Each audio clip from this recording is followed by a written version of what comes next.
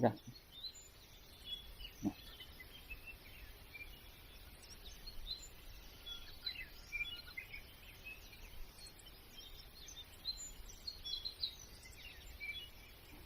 Đây này.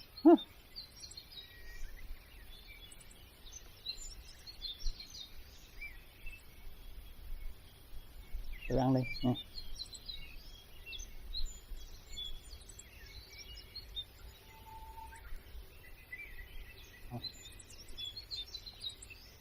Con ăn đi. Nhanh là ăn hết. Ok. Ok.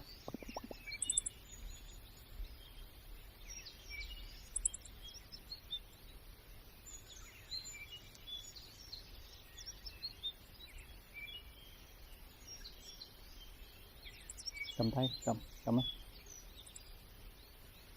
Tay đâu rồi? Từ từ.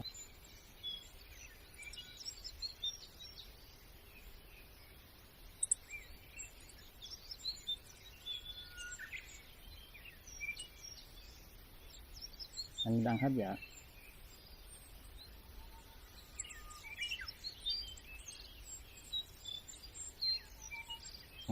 Anh ngồi đây để nó đi lấy sữa đó. Ở đây, ở đây nha. Ở đây. Ở đi lấy cái sữa. Ở đây, ở đây, ở đây. Ở đây, ở đây đi lấy sữa cho uống nè. Ở đó đi.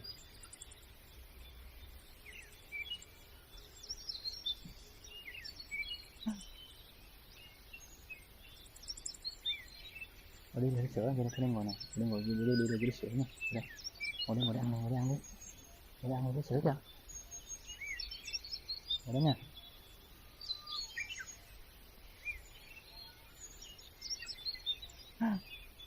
Ngồi đây đi. Ngồi lấy sữa nha. Ngồi đây ăn đi nha. Ngồi đây ăn đi. Đi nè. Ở đây. Đi lấy sữa.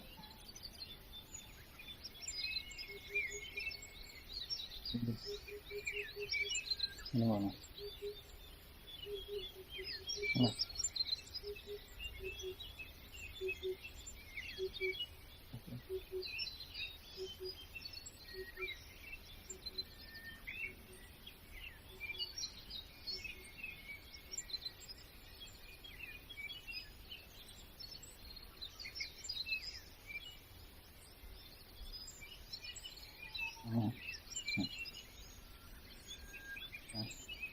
Thank you for watching the video. See you again next time. Bye.